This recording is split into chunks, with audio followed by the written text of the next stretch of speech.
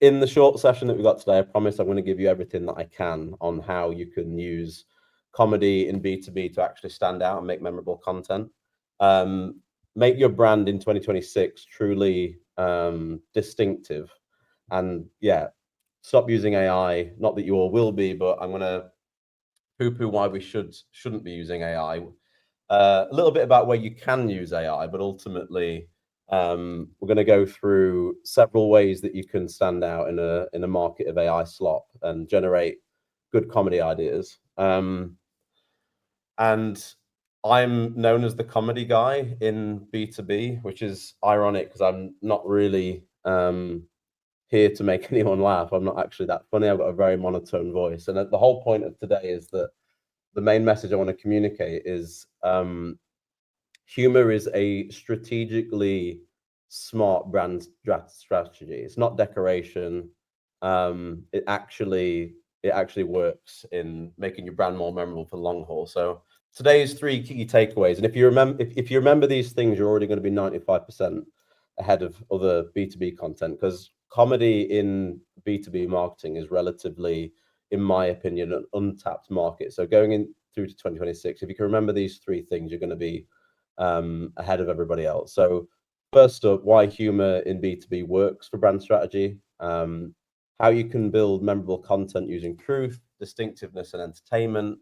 And then I'll give you some frameworks of how you can actually start applying this comedy to your overall strategy. The elephant in the room, this year's theme. Look, I think AI in the right hands can be used for some good stuff. I'm not fully on board with AI in video, although there are things like Sora that you can use to make good stuff now. The image on the right with the whatever's going on there with the rollerblades. I think AI has come a long way from that. It's made it effortless to create content, but it's not made it any easier to actually stand out. Um, you know, if everyone's making AI content, how are we all?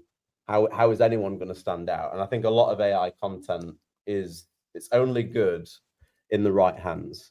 And I think if you're using AI to target your audience, especially at an introductory brand level, it's just pure lazy. This is me again. I just like showing you guys photos of myself, clearly. I why am I qualified to talk on any of this? Well, I don't actually know if I am, but I'm the writer, director, and founder at Deadpan. We're a B2B comedy agency making humorous content for B2B brands to stand out. I've won some awards and all that sort of stuff, but no one's really bothered about that. But if you give me the next slide, I didn't start in comedy. I actually started in I used to run a corporate video agency. I've worked with A-listers like Warwick Davis, David Gandy, for anybody who knows their male models. I didn't actually know who David Gandy was until I was on set, and all of a sudden this like chiseled guy with a 6-pack turned up, and I was like, okay, I instantly my ego dropped. But yeah, we used to make really nice cinematic corporate videos at my old company.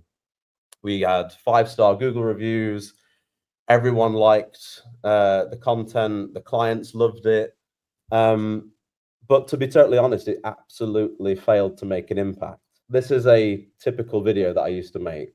It looks great. We spent months writing it, planning it, shooting it. Client loved it, but as you can see there, what's that? 234 views. They just don't really perform, and I think AI is kind of on par now with that sort of like corporate stuff. It's just noise. None of it really matters. Again, looking good is great, but it's not the same as being remembered. And in B2B, being remembered is the game to play. One day, in my old agency, we decided to do something a little bit different. My target audience, and still is my target audience, is marketing managers. And we decided to have a little bit of fun. We interviewed a bunch of marketing managers. Some of you guys listening today might be able to relate to this. One of the common themes that came up was feeling like you've got way too much work to do. CEOs don't understand you. You're constantly given other pressures. You're juggling multiple things. So this analogy came up, and it was marketing managers wearing too many hats. So we'll go back a slide and I'll just play you the video. When someone first hears that I work in marketing, they just think I'm messing about on social media all day. But there's a little bit more to it than that. Because I'm part of a small team, I do find myself tackling things beyond what's in the job description. Everything from reporting, SEO, ads, events, looking for the will to live. I mean, don't get me wrong, I do love a good challenge, but sometimes it feels impossible. Marketing Monday. You know, like trying to grow your reputation on LinkedIn without coming across like a right. I wish I could focus more on the creative and strategy more. You're on mute. So if a little venting means that I get to lighten the load, then bring on those passive-aggressive emails. No, I'm just kidding about the last part. Sort of.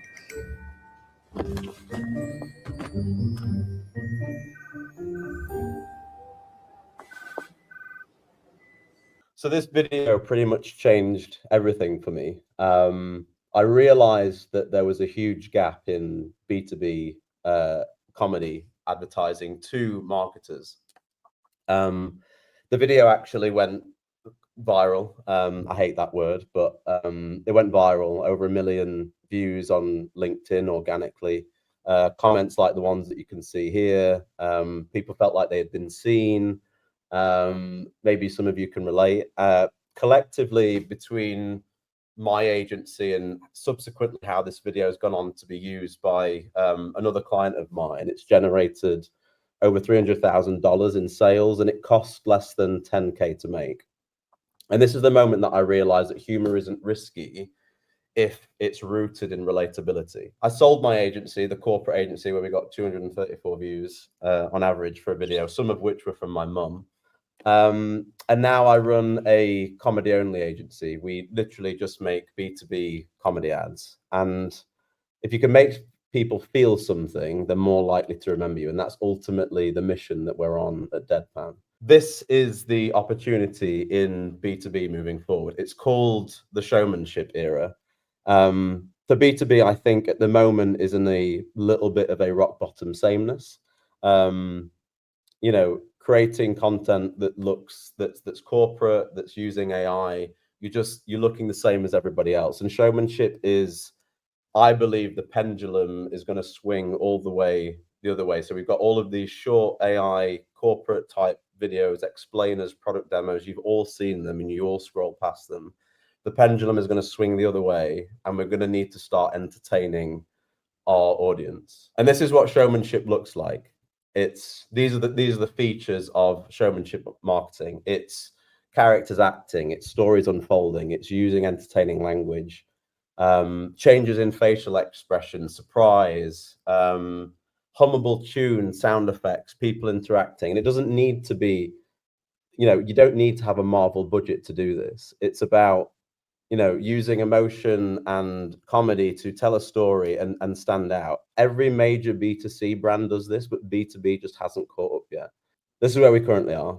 In contrast, we have many words on screen, someone talking to camera, lots of B-roll, people walking down the corridors in slow motion, facts and figures, comparisons, useful information, which is actually arguably useless information if it's just getting scrolled past, you know. And this is where AI is playing a part as well. It's being used. You know, I actually saw an AI tool recently where it will generate, you know, you upload like your brand, your logo, your color palette, some images, and it will make, you know, 200 videos for you. Like, who's watching that? You know, 200 videos of like just nonsense.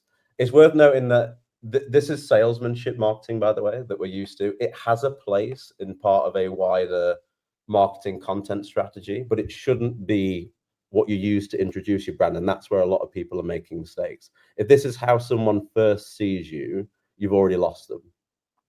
Let me show you an example on the next slide of showmanship in action. So let's hope this loads.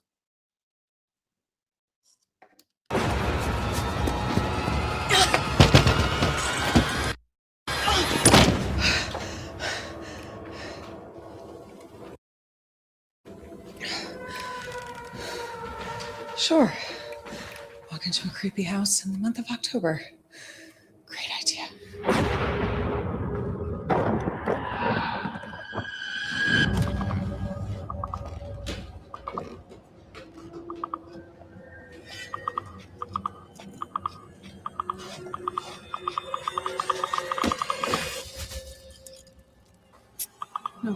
No. No. No. Not now!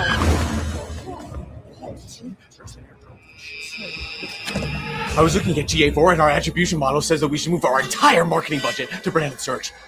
Oh my god!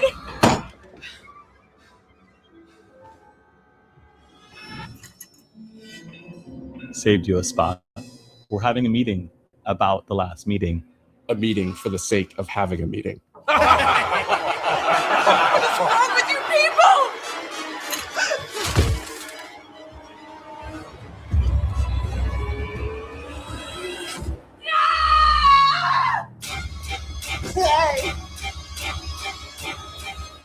Duncan? Oh, hey, sorry. I'm so sorry. I'm gonna need board-ready CAC payback numbers by tomorrow. Are you shitting me? Happy Q4?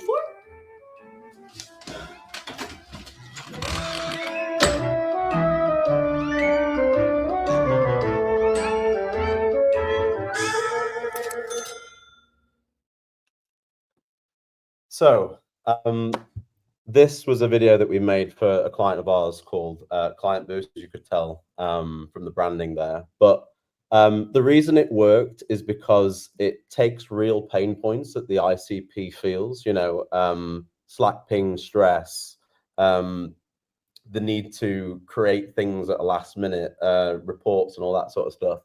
Again, some of which maybe you guys relate to listening, but it's taking real pain points and turning them into something funny.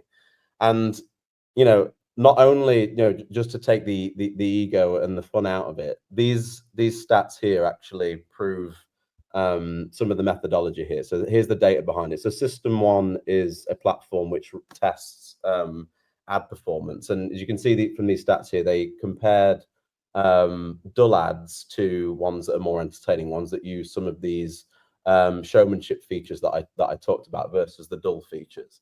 And as you can see, entertaining ads massively outperform dull ones. You've got a 39% memory lift, so your brand's more likely to be remembered.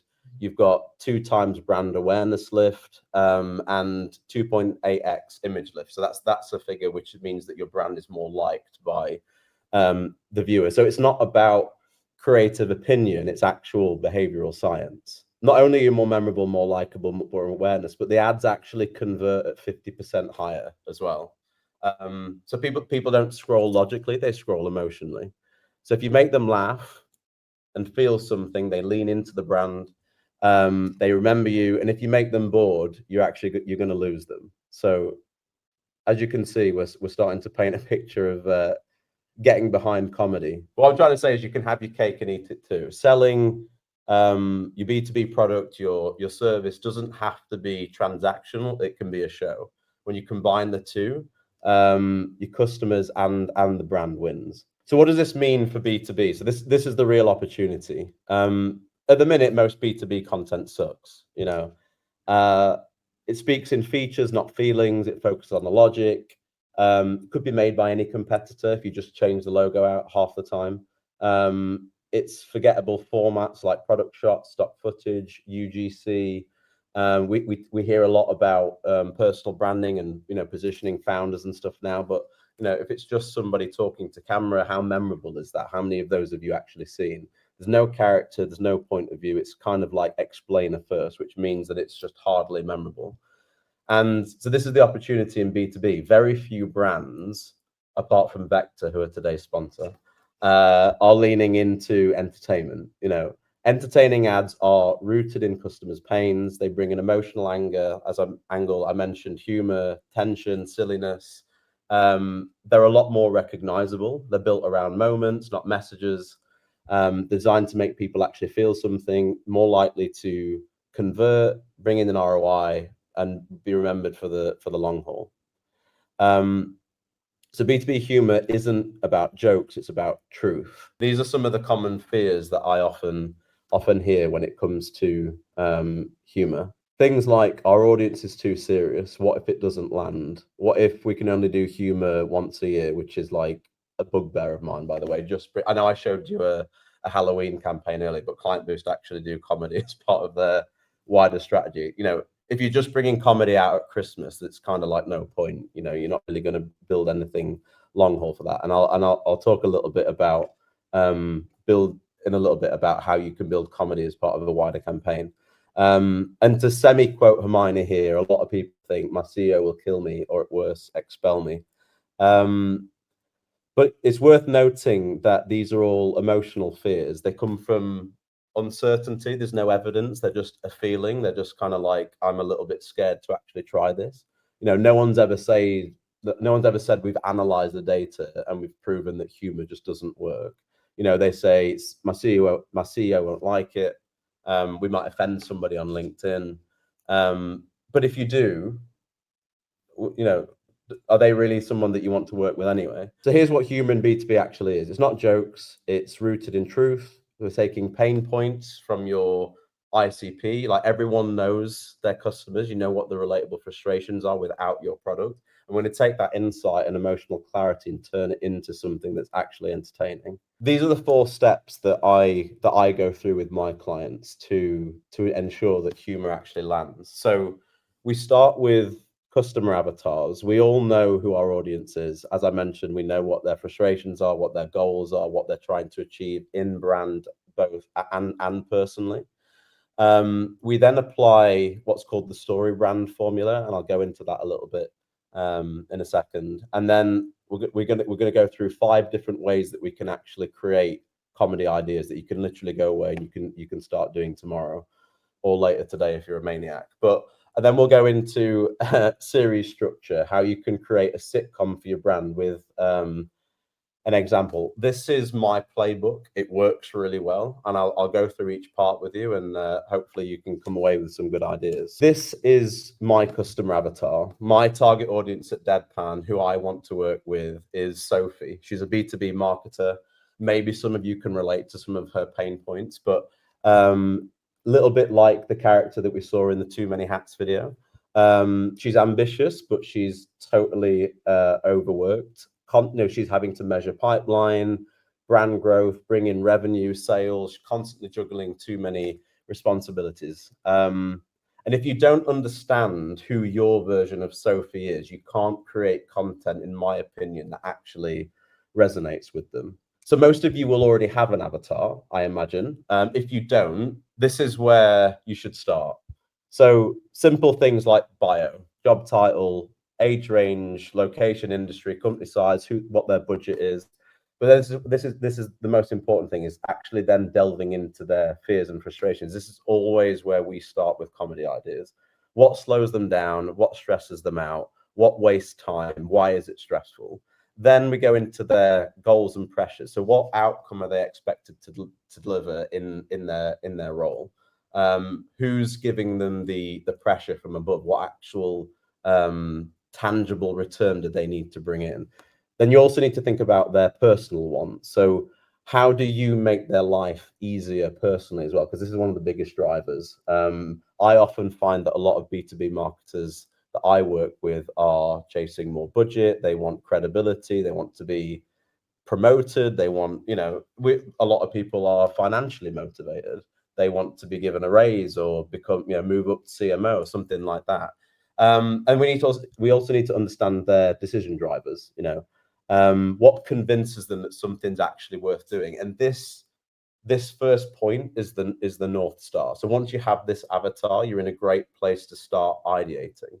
But before you do, this is a common mistake that I find a lot of brands do with their marketing, particularly in B2B. They position themselves as the hero of their story, right?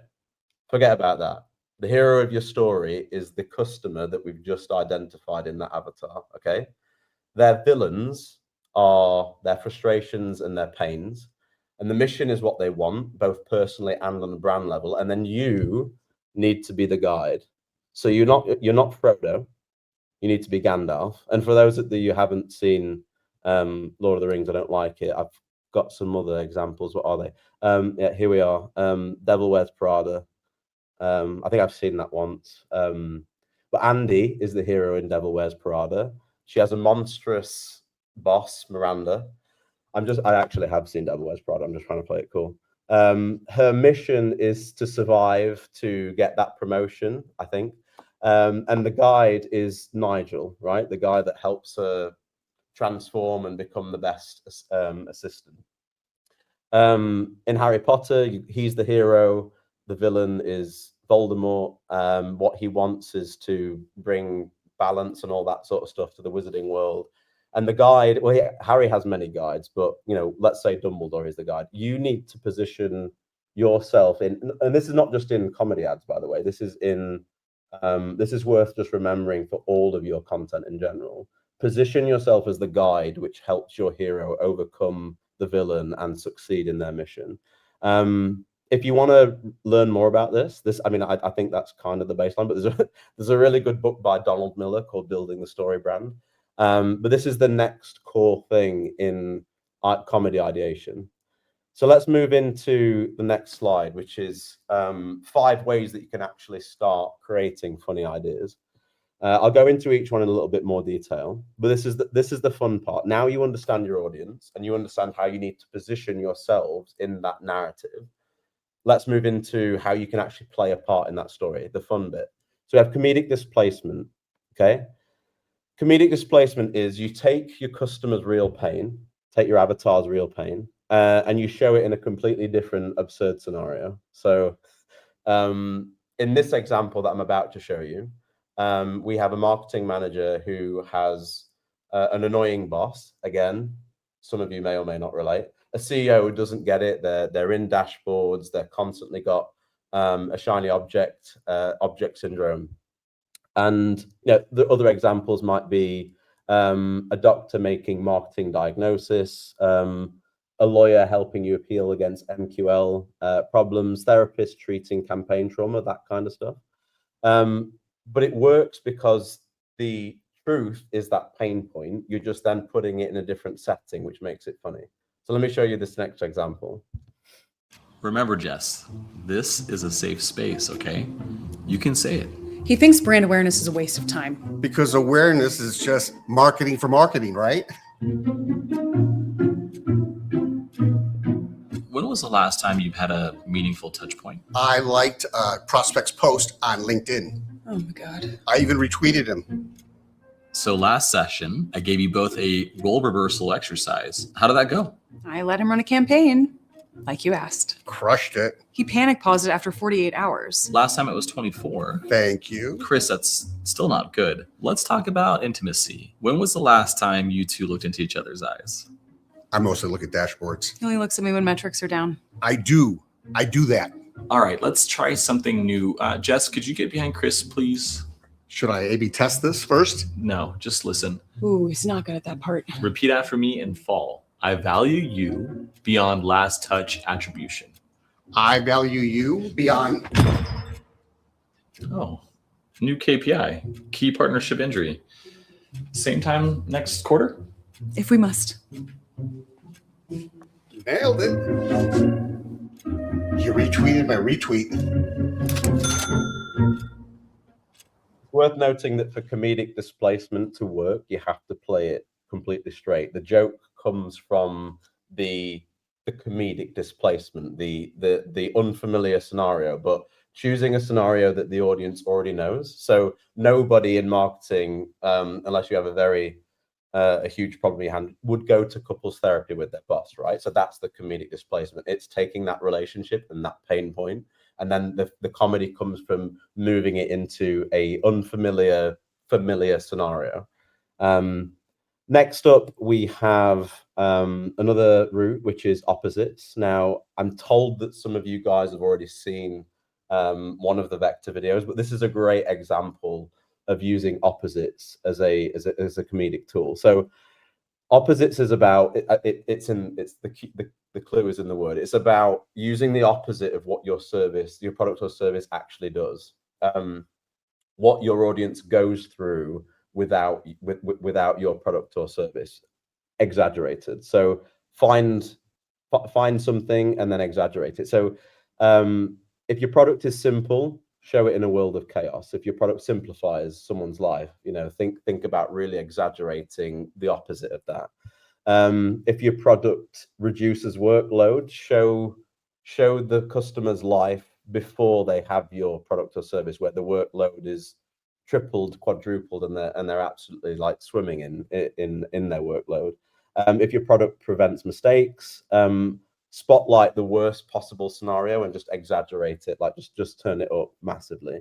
And this is traditionally how it works in sitcoms that we all watch, like Friends and all that kind of stuff. They take something relatively simple and just kind of like turn up the humor. So let me show you another video from Vector here as an example of an opposite. There she is. Director level. In market. Perfect ICP match. Hi, sorry. We're just branching out to new audiences lately. Why were you creeping up on me like that? You've been researching SaaS tools now lately, haven't you? What? Ha! No. It's just an ad. See? This is the best way to guarantee your exact buyers end up in your ad audience. What do you want from me? Just a click. The next best way is Vector. That's not how marketing works. Oh, that's not how marketing works. Vector builds ad audiences from people who visit your site. Click your ads and research your competitors. No wasted spend, no guesswork, and no flashing them in broad daylight. It's called awareness till you remember us. Shout out to today's sponsor, by the way. So why does this work for Vector? It's because Vector is a platform which helps marketers actually get the ads in front of the right people, right? So the opposite of that is that people can't get ads in the right place. So what do instead? They physically turn up at someone's house and shove the ad in their face. So we actually made a whole series out of these. There's 4 episodes. They're all very funny. I encourage you to go and check them out. So that's opposites. That's another way you can do it. And then moving on to the next slide, we have metaphors. Now, I've already shown you one of these. I showed you the Too Many Hats video. But metaphors, I think, is one of the best ways that you can do comedy in B2B. It's also one of the easiest ones. And it's actually one of the ones that I enjoy the most. So hopefully you guys can come up with some good metaphors and let me know what they are for your own brand. So you take a real pain point and then you turn it into a physical, visual metaphor. So you saw a marketer wearing too many hats because she's got too much workload on. We created a whole series with this character, by the way, eventually, where she's also pulled in all directions. So as you can see there, she's physically got these ropes attached to her. So she's literally being pulled in all directions by different areas of work. And it just becomes this like physical nuisance to her. We also had her holding the hand of her agency. So we took the pain point of a lot of creative agencies are just a nightmare to work with. So why don't we have her literally have to hold their hand through a working day? We also had another one which was like chasing low-hanging fruit, and the low-hanging fruit is literally in the office in the ways. I won't show you another example, but metaphors are a powerful example because the audience instantly gets it. It also creates a really interesting visual, which is great for sort of hooking in the audience. So, with the Too Many Hats video, I dare say one of the reasons it was so successful was because in that first opening shot, you had this interesting visual tall stack of hats. So metaphors really opened the door for that kind of thing. So this is another one, associative thinking. Really not seeing this in B2B, but it works really well in B2C. And here's a good example of it. So start with your topic, list everything connected with it, list associative words, things to do with your product and service, and spot like the unexpected combinations or how one word could have like multiple different meanings. So this is a good example just to make it really simple. So Innocent Smoothies is it's a silly smoothie brand here in the UK. They make loads of different fruit brands, and they were bringing out a new breakfast smoothie. So they started with, okay, so we need a way of promoting this, and we can't just say we've got a new breakfast smoothie. That's really boring. So they went from breakfast items, what's in a breakfast, sausages, eggs, beans on toast. They stuck with beans. The creative director at Innocent, there was a Facebook page that he was aware of that was like beans in weird places, so that he already kind of knew that people weirdly like to see beans in like Croc shoes and stuff like that. and ended up doing a collab with Heinz Beans, where it was, this is our new breakfast smoothie. It's beans in a smoothie drink, which is obviously, it was actually never a real product. It was just a marketing stunt to actually, you know, do the one with oats and stuff, which people would actually maybe drink. So do this, but in B2B. So say you've got a platform which specializes in optimization, you could start thinking of words like efficiency, speed. You could get from speed to racing, racing to pit crews, like in Formula One, where they've got to like change the tires quickly. And then, you know, that can then lead into demonstrating your product and its efficiency and all that kind of stuff. Last one is parody. I don't know if you guys have seen, this is pretty obvious, this one. It's kind of like says it on the tin, but you take a recognizable genre, and this is a really simple one, by the way. A recognizable genre, a style, could be a TV show, it could be a game, it could be a film, something like that. And you basically just copy the shots. Doesn't need to be the same production value. But you just flip it and apply it to your brand, and it's actually a really good way of making your content seem really sophisticated, but it's actually really easy as well. Why I like this one, it's just so easy to do, and it just makes you seem smart. You're basically just stealing storytelling shortcuts that we already know work. I've got a good example of a parody that I did at my old company. We basically parodied the scene from The Sixth Sense, where, again, this is targeted at marketers, but this is like 8 years old, so it's not my finest work. But remember when the kid says, "I see dead people." Well, this is what we did with it. I want to tell you my secret now. Okay. I see bad corporate videos. On companies' websites? While you're on YouTube? Bad corporate videos, like, that are too long? That have bad sound? They just show people talking to a camera. They don't know they're bad. How often do you see them? All the time. They're everywhere. Cut.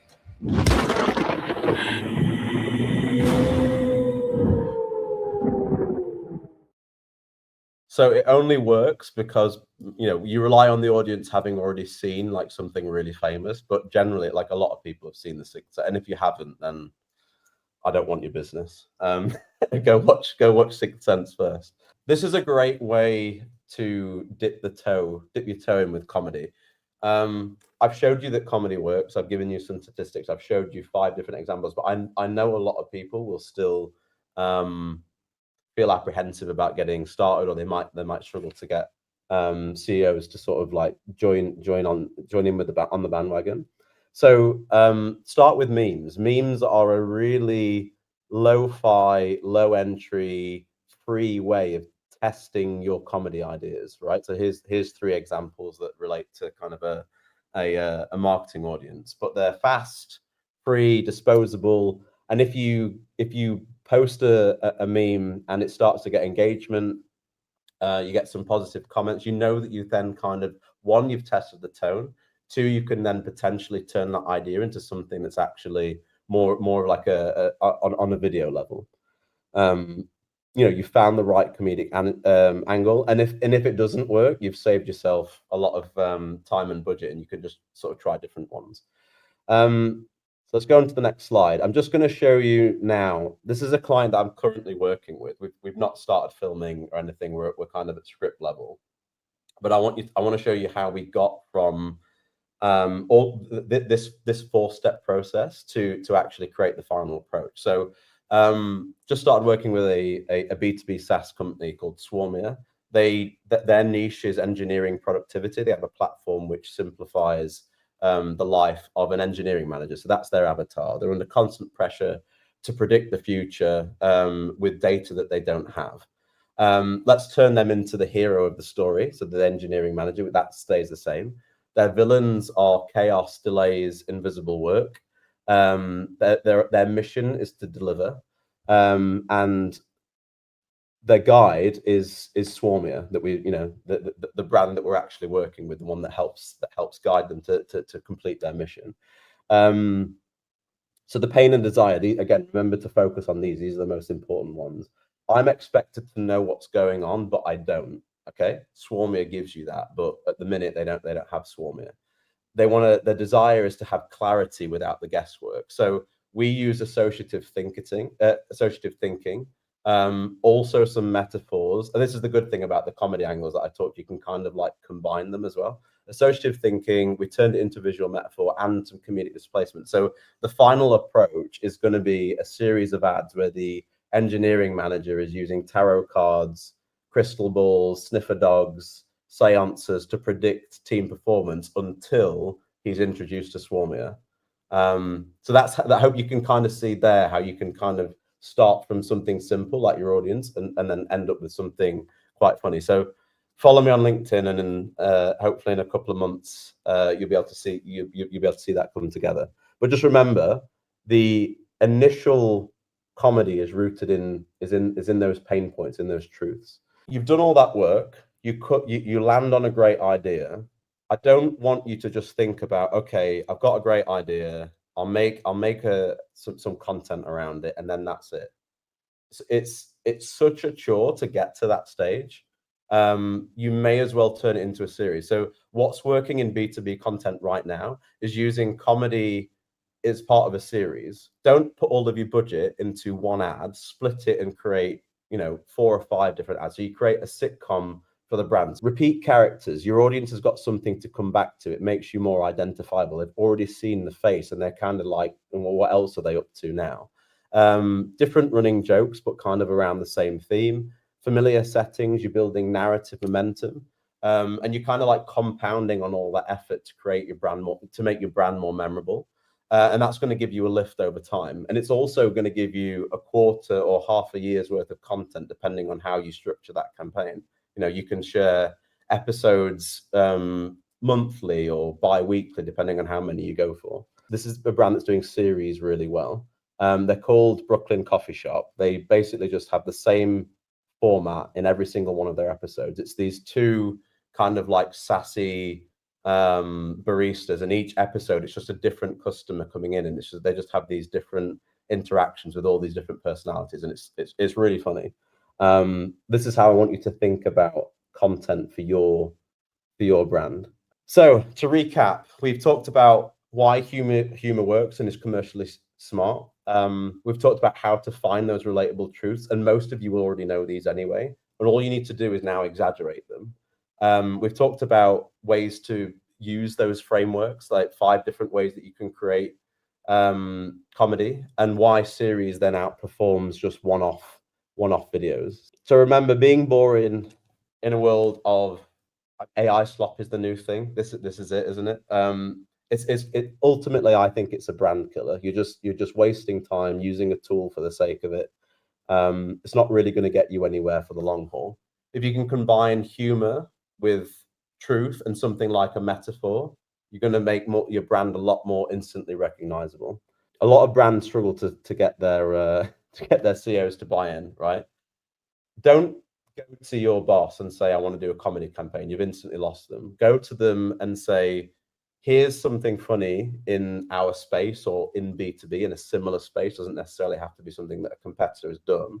Show them the example, but then show them the engagement, show them the comments, show them who's actually interacting with it, explain the results, and then talk about how you can backwards engineer that so it comes from a place of truth. So you show them how it goes, literally the steps that I've talked through, so that it's actually rooted in something that's actually tangible, it's actually real to your target audience. Position human as differentiation.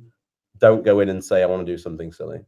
Thank you so very much. I think this was absolutely enlightening in the sense that for most of us as marketers, creating videos like this in and of itself as a project is such a huge, there's so much inertia around it, right? And I think you've broken it down into such simple, let's do it tomorrow sort of steps, And that takes away a lot of the initial reluctance to actually dive into a project like this. Thank you very much for the laughs. Thank you very much for all the serious wisdom along with the laughs. The idea of creating series, right? And you say that one-off doesn't do as well as doing a series.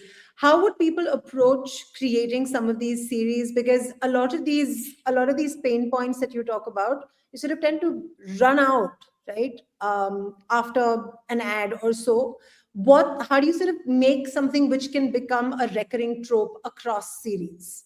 I think it's worth noting that depending on your industry or what your business solves, what your product, what your solution is, the whole point is to get new customers, right? Every single one of those customers has the same pain points. They don't really change without working with you. So I always think that one of the most common mistakes that I see B2B marketers make is trying to find different things to say. It's not about, it's trying to find different ways of saying the same thing in a creative way.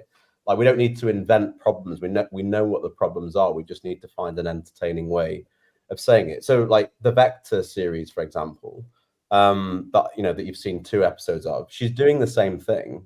She's just showing ads in a different way. So but I guess what you could do if once you've done that series, even though I think and I don't know if Vector would ever want to, but if Vector could make so many more ads like that, when we were on set making those ads, we had the actress said, what if we did like a Thanksgiving video and somebody brings out one of those like silver trays and you expect the turkey to be under it, and then we lift it up and my head's under, and like my head's there, and I'm like, there's so that could be like a much bigger series. You could do Christmas campaigns, you could do all sorts with it. But I guess what I would say is, like, if you're going to do something different, if that campaign's okay, we did that, it's great, now we want to do something else, just go to one of the other 4 methods that I talked about. I think Jess at Vector, and I was as well, we were a little bit spoilt for choice. We had all sorts of different campaign ideas. I won't say what they are in case we ever actually do them. We want to keep it a bit of a surprise, but I believe go back to one of the other four routes and don't invent new problems. You know what the problems are, you know who your customers are, just find a different way of presenting this solution in a fun way, but not positioning yourself as the hero, still as the guy.